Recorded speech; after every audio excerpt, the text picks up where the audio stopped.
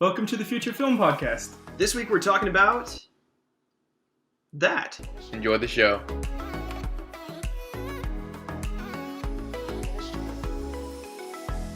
Welcome to the Future Film Podcast, guys. It's Kyler. And Ethan. And Michael. And we're talking about that, meaning silence. This week we watched the movie The General with Buster Keaton. But now before we get to that, Ethan has to give his unpopular movie opinion of the week. Clearly, I hate. Again. Oh my gosh. Because he sucks at games. Yeah, you're right. Okay. I hate the Joker. Well, not hate. I would watch it again. Shame on you. No, you wouldn't. You I said so many would. times that you No, wouldn't. I would. Let's clarify. We're talking about the most recent Yes, film. the new one that just With recently Joaquin came Phoenix out. in 2019. I would watch it again, but literally, I walked out of the movie theater like, holy crap, there's a demon in my life now. It was so, it was a good movie. It was too good. I think that's why I don't like it as much, because the Joker was portrayed so well, and I think it was too much for me to handle, honestly. Like, I would watch it again, now that I'm going into the mindset of like, it's just a movie, you know, and the first time watching it, it can be kind of rough, but It was definitely intense the first time I watched it. Oh, definitely. I mean, I don't do a lot of blood and gore, and it definitely had a lot of that. But me, loving film as much as I do, is a beautiful, beautiful movie. Beautiful. And I think that I can relate with the both of y'all. It was hard for me to watch Shawshank Redemption, our last one. Right. Just because it's not something I'm necessarily I know. comfortable with. But the difference between the two is, like, this is more of like a horror, and I love horror films, but it was more like a psychological horror rather than like, a ghost, like, Yeah. it was just Something hard. Supernatural. Yeah. So yeah, Joker is definitely not one of my favorites, to say the least. But hey, Kyler, why don't you go ahead and start us off and mention your Star Wars fact just to get it over with? Okay, so getting over the Star Wars fact. This week is going to be our last Star Wars fact for a while, actually. And this week's about The Mandalorian. So Disney has come out with the new show. And if y'all are watching the new show, the behind-the-scenes show about The Mandalorian, you might have seen this already, but they have a brand new way of doing a green screen, where instead of having just green walls up, CG artists have already created an entire world environment backdrop in a computer, just like you would see in the finished product. And now they are projecting it real time onto white screens so that they can move the world around on the screen. So it looks like, in camera, the Mandalorian's actually walking through a desert planet when in fact he's in a white room with a projector wall. Like, it looks so realistic, and I never noticed it when watching The Mandalorian, but it's crazy because they showed having the little Ugnaught guy, his name's Quill, I think, but he was sitting on his little baby dewback thing that he had. He was riding it, and of course it's all animatronic and whatever, but they show this little fake robot animatronic creature moving, and he's just rocking back and forth on top of this robot, and the entire background is moving past him. And it's a really old trick, but the fact that they're able to do that with CGI backgrounds in real time now, and it look perfect, is insane. Mm-hmm. So, Star Wars fact of the week. Last one for a while. We're going to do some other movie facts coming up. But this week we're doing The General with Buster Keaton. So, what'd y'all think? It was okay. Like, I'm really slow when it comes to even watching movies, and this is a movie that was totally new to me, like reading. It was a silent film, for those who did not know. I don't know if we mentioned it yet. We did. That. And literally, it was. I got a lot of it, like the general premise of the movie, but it was very hard to follow for me personally. But it was still a good movie. What do you think about? How was the movie for you, Michael? So overall, I thought it was pretty much a snooze fest, seeing as it was a silent film. Uncultured swine. I almost disagree with you. You were laughing through the entire thing. I was just about to say, except for the funny parts. There's a lot of times in that movie where it's just it's a lot of filler is what it is, because it is a silent film, so they have to accommodate for the lack of speech, the lack of dialect. So there's a lot of filler, and a lot of that filler is pretty funny. But when it comes down to the more serious part of the movie, that's where I'm just like, okay, I'm about to fall asleep. I love the movie. I think it's freaking hilarious. I think that it's. I can't believe that it was made in 1926. I think, yeah, 1926. I'm amazed at how clear the story was, even with it being silent. Plus, how it kept my attention and was freaking funny the whole time. So, a general summary: there's a man named Johnny Gray. He's a train conductor, and his train's name is the General. That's why we have the title The General.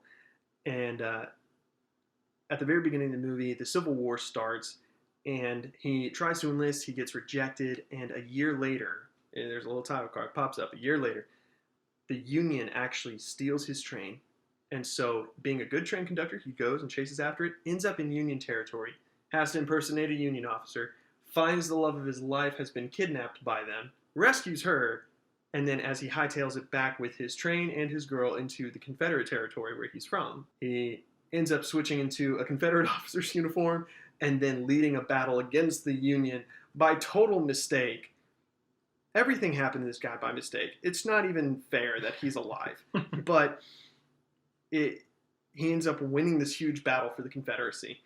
And he's made a general, I think, in the Confederate Army. So that's the general overview of the film. Now, specifics. Let's get into some notes. So one of my favorite parts about the movie was that he was just a big klutz, and that made it so funny throughout the entire movie. I didn't get any of like the dialogue and stuff because, again, I'm a little retarded when it comes to that type of stuff. But it was really like, that was the thing that kept me going, and that was the one thing that kept me alive through the entire thing. I think that he has to be the prototype for Jack Sparrow. Everything happened to this dude by luck. It's not even fair. He should be dead. That's a pretty good There was analogy. a cannon That's a great analogy. at the beginning of the film when he was trying to get his train back. He found a cannon of all things just on wheels, and he hooks it to a train, chases in down the middle of Union. nowhere. The cannon was in the middle of nowhere. He hooks it to this train that he stole to get back his train, loads the cannon, fires it, and the cannon just accidentally tilts downward. You think it's going to fire straight at him, and then his train turns a corner. It fires straight into the train that the Union stole. It doesn't make sense. This guy should be dead. You know, now, like, actually realizing what you just said, that is perfect. That was like a great analogy. Like you said, that's a great analogy, because that's the basis of Pirates of the Caribbean. Everything happens to this dude by luck. Yeah, and especially Jack Sparrow. I think the difference between Is the he two... the thought at Pirates of the Caribbean is, does he plan this, or does he just make it up as he goes along? I think the only excuse is that Jack Sparrow's mainly drunk half the time, Yeah, but fair. the other guy Yeah, isn't. fair. So, like, Fair. So one thing I noticed about the movie was the music. Obviously, there was music the entire time, and what was so interesting is, like, I know that there's significance to the music, but I can't define it. Like, I can't understand what themes are meant for who. There are times when it showed a camp, like an army camp, whether that was Union or Confederate, and there was a certain theme that you heard go with it. And just because I'm too far past 1927 and 1864, I don't know which theme was what. And so every time they show this shot and play this blaring trumpet theme, I am clueless as to who I'm looking at. which is funny because in the beginning scene, I actually called something out because it talks about, the guy who only loved two things. He loved the train and he loved, the girl. And this movie had a lot of background music, and as, it really did set the mood for everything. But one thing that was really cool was that in the beginning scene, a train rolls in, his train, and it's actually playing a song that sounds like a train. It's like fast paced. Yeah, It's like very- it mimics just a it train. slowly hitting picks up. Yeah. Yeah, and Wheels going on the track. but it's not a train noise. It's music, but it's just really cool because it kind of set you in the mood of like in your brain just autocorrects to that. It's really well and smart. They did the same thing whenever he was like stopping the train, and he was like, you see steam coming off the train in small bursts, and you realize, oh, he's pulling the horn. He's honking the train horn, and the music actually imitates the train horn instead of actual train horn. The only music I actually recognized throughout this entire film, one time they played Yankee Doodle. Yep. Yeah, And they played that once. it's funny because because during this, normally whenever we film a podcast or record, we don't film. Whenever we record a podcast, we always watch it on our own time. But we thought we would watch it all together, and we were all looking at each other like, all right, well, what does this mean? What does this mean? Exactly. And what did it mean? I don't even remember. It was like it was like the Confederate, or not the Confederate. Like you knew something. Oh, that's what I meant when I was saying like you see the camp and they play this theme. Oh and yeah. You know it's the theme of that army, whether that's Confederate or Union, but you just don't know which one it is because we're too far past that. But what's really interesting is in 1926 that would have meant something and people would have known it. Mm-hmm. Like Because- almost immediately, like how we knew Yankee Doodle. Yeah, yeah. No, I mean because there's no dialogue, you can't tell. No one can say, "Oh, that's the Union camp." You know it by the music. So that's why it's so interesting that they actually they put the themes in there because people would have known them and they would have known the significance, which is pretty cool. Although it sucks for us because we can't tell what's what. We're too far past that point. Favorite part of the movie probably was when the bridge collapsed and the train fell off with it. Now, that's a very specific part, but like there was this part where they had set this bridge on fire. Johnny Gray, the main character, had set this bridge on fire, and then the Union train drives right over it, and it collapses into a freaking river. And I was just sitting there thinking, that is amazing. Buster Keaton actually got to direct that part and say, yeah, can we burn the bridge and make it fall? And drop a whole train into the river. And they did it. And not only did they get to film that, they got to actually like experience that. Like the actors got to experience that in real life. And what I mentioned while we were watching that was, I wonder if they've still left that train there, because that would be amazing to go back and look at. And, you know, people And that actually haven't climb on and everything. Yeah, and people that haven't seen the movie, they're like, I wonder what Train in happened. the water. Yeah. I wonder if that's a real thing. So there was this last part of the movie. I think that if this movie had been remade today, I think that, well, maybe not today, but in the recent years, past 20, I think Don Knotts would have been the main character that Buster Keaton played. If y'all don't know who Don Knotts is, watch the Andy Griffith Show. He is such this like squirrely, ditzy character in that show, and that's kind of the character he played throughout any movie I've ever seen him in. Any show, he's just this clueless man who can't get a hold of life, and he would have been perfect for this. Now, at the end of the movie, he finally gets the girl, and he's made a Confederate soldier, and then he's made a lieutenant of all things, so he's of rank. He, like, people have to salute him when they walk by, and he realizes this. He's trying to kiss his girl, you know, because they finally, like, reunited, and they're safe and everything, and soldiers just keep walking by, and he has to just keep saluting them over and over again. While they're kissing. While and they're not kissing. stop kissing. Like, he can't even He look just- at One him. eye has to open, one keep- eye closed. Exactly. They actually, so the show MASH aired in the 1970s, and they actually copied that same idea from it. There was this episode where they made a corporal, made him skip several ranks to a second lieutenant, and he like walks out of his tent one day right into a bunch of enlisted men, and he's just like wide-eyed and scared. He looks like a deer in a headlights, and he just has to like start saluting left and right all these people walking right down the middle of him. So quite a funny movie. So one thing that I really enjoyed about this movie was the comedy, and a specific part of that comedy was where they're being chased by the Union Right. because he has taken his train back and he runs out of firewood.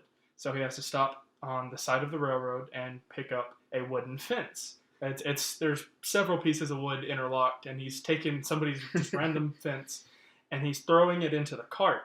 And there's just one plank of wood that he cannot seem to get inside of the cart.